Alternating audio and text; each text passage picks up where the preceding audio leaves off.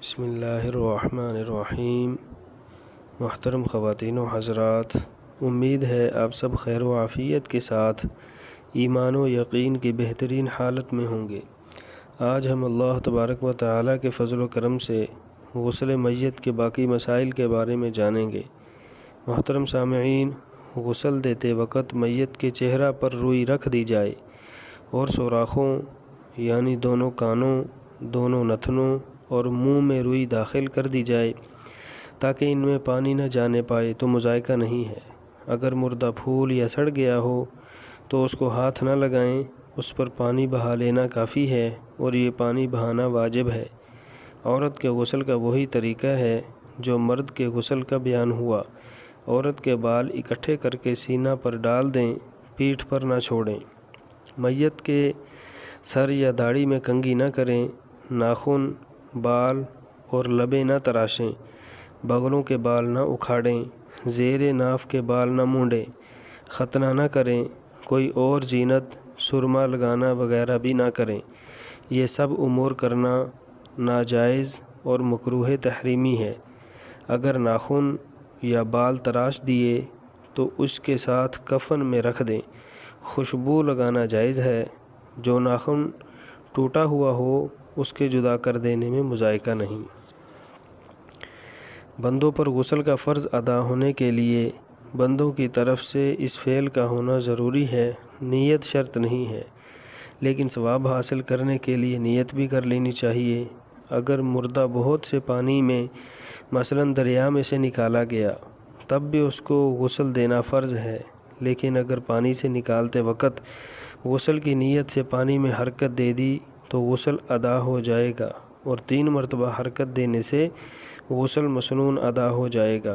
غسل دینے والے کا مکلف ہونا بھی شرط نہیں ہے، پس نابالغ یا کافر کے غسل دینے سے غسل ادا ہو جائے گا۔ اسی طرح اگر کسی اجنبی مرد نے عورت کو یا اجنبیہ عورت نے مرد کو غسل دیا تو فرض ادا ہو جائے گا، اگرچہ اس کو اس کا نہلانا جائز نہیں تھا۔ مردہ 2 قسم پر ہے، اول وہ جس کو غسل دیا جاتا ہے، دوم وہ جس کو غسل نہیں دیا جاتا۔ محترم سامعین، اول کی 2 قسم ہیں۔ ایک وہ جن پر نماز پڑھنے کے لیے غسل دیا جاتا ہے، اور یہ وہ ہے جو زندہ پیدا ہو کر مر جائے۔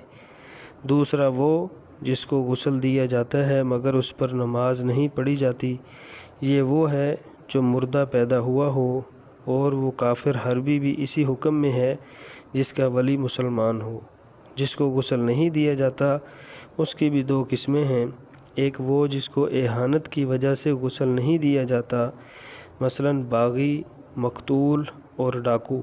دوسرا وہ جس کو اکرام اور فضیلت کی وجہ سے غسل نہیں دیا جاتا، جیسے شہید۔ جس بچے سے پیدا ہوتے وقت اس کا اکثر حصہ باہر آ جانے کے بعد کوئی آواز یا سانس یا کسی عضو کی حرکت یا آنکھ جھپکنے وغیرہ کی کوئی علامت ایسی پائی جائے جس سے اس کی زندگی معلوم ہو تو اس کا نام رکھیں، اس کو غسل اور کفن دیں اور اس کی نماز جنازہ پڑھیں۔ اور اگر اکثر حصہ پیدا ہونے کے بعد زندگی کی کوئی علامت نہ پائی جائے تو غسل دیں، اس کا نام رکھیں، اس کو ایک کپڑے میں لپیٹ کر دفن کر دیں اور اس پر نماز جنازہ نہ پڑھیں۔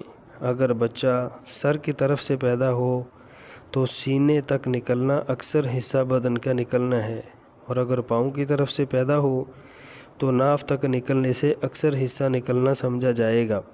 بچہ جنانے والی دائی یا بچے کی ماں کا قول اس کی زندگی کے بارے میں مقبول ہوگا۔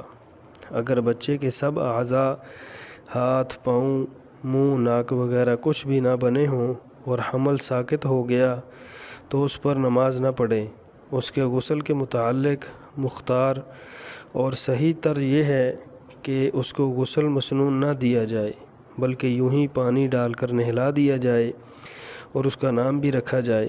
اگر اس میں لڑکا یا لڑکی ہونے کی کوئی علامت نہ ہو تو ایسا نام رکھیں جو مرد اور عورت کے لیے مشترک ہو، پھر اس کو کسی کپڑے میں لپیٹ کر دفن کر دیں۔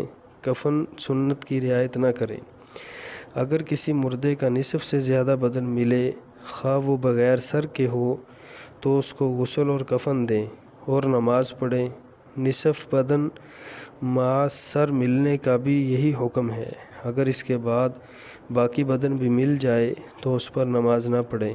اگر آدھا بدن سر کے بغیر ملے یا آدھے سے کم بدن ملے، خواہ سر کے ساتھ ہو یا سر کے بغیر، یا نصف بدن طول میں یعنی لمبائی میں چرا ہوا ہو، تو اس کو غسل نہ دیں اور اس پر نماز نہ پڑھیں، بلکہ ایک کپڑے میں لپیٹ کر دفن کر دیں۔ کافر مردے کے لیے مسلمانوں پر غسل اور کفن اور دفن فرض نہیں ہے۔ اگر مردہ شخص ملا اور یہ معلوم نہیں کہ مسلمان ہے یا کافر، اگر اس پر کوئی علامت مسلمان ہونے کی ہو، مثلا ختنہ ہو، لبوں کا کترانا وغیرہ، تو اس کو غسل دیں اور اس پر نماز جنازہ پڑھیں۔ جب مسلمانوں اور کافروں کے مردے آپس میں خلط ملط ہو جائیں، مل جائیں، اگر کسی علامت سے مسلمان پہچانے جا سکیں تو ان کو غسل اور کفن دیں اور ان پر نماز جنازہ پڑھیں۔ اگر کوئی علامت نہ ہو کہ جس سے پہچان سکیں تو اعتبار اکثر کا ہوگا۔ اگر مسلمان زیادہ ہیں تو سب مردوں کو غسل اور کفن دیں اور سب پر نماز جنازہ پڑھیں اور مسلمانوں کے قبرستان میں دفن کریں۔ یہ صورت جہاد میں ممکن ہے کہ مسلمانوں کی کل تعداد میں زندہ بچنے والوں کی تعداد نفی کر کے معلوم کر سکتے ہیں۔ اسی طرح جو شخص جہاز یا کشتی میں مر جائے اس کو غسل اور کفن دیں اور اس پر نماز جنازہ پڑھیں، اور کہیں دفن میسر نہ ہو یعنی زمین کا کنارہ دور ہو اور نعش کے خراب ہونے کا خوف ہو تو کچھ وزن باندھ کر دریا یا سمندر میں جہاں چل رہے ہوں ڈال دیں۔ اگر کنارہ اس قدر دور نہ ہو اور جلدی اترنے کی امید ہو تو نعش کو رکھ چھوڑیں اور زمین میں دفن کریں۔ اگر کوئی مسلمان آگ میں جل کر کوئلہ ہو گیا، اس کو کپڑے میں لپیٹ کر دفن کر دیا جائے، اس کا غسل اور نماز جنازہ نہیں ہے۔ 4 قسم کے لوگوں کے لیے غسل اور نماز جنازہ نہیں ہے۔ نمبر 1 باغی، نمبر 2 رہزن یعنی ڈاکو، نمبر 3 وہ لوگ جو شہر کے اندر رات کو ہتھیار لگا کر یا بلا ہتھیار اور دن میں ہتھیار لگا کر غارت گری کریں کہ یہ رہزن کے حکم میں ہیں، اور نمبر 4 لوگوں کا گلا گھونٹ کر مارنے والا جبکہ اس نے ایک مرتبہ سے زیادہ ایسا کیا ہو، یہ باغی کے حکم میں ہے۔ ان پر نماز جنازہ نہیں پڑھی جائے گی اور ان کو غسل بھی نہیں دیا جائے گا۔ اور اسی طرح جو شخص خودکشی کرے یعنی پھانسی لے کر یا کسی اور اوزار یا ہتھیار سے یا زہر کھا کر یا کسی اور طرح اپنے آپ کو مار ڈالے تو اس کو غسل دیا جائے اور اس پر نماز بھی پڑھی جائے۔ اللہ رب العزت سے دعا ہے کہ اللہ تعالی ہمیں جو کچھ کہا سنا اس پر عمل کرتے ہوئے دوسروں تک پہنچانے کی توفیق عطا فرمائے اور ان مسائل کو سمجھنے کی توفیق عطا فرمائے۔ اللہ تعالی ہم سب کا حامی و ناصر ہو۔ لا الہ الا اللہ، لا الہ الا اللہ محمد الرسول اللہ۔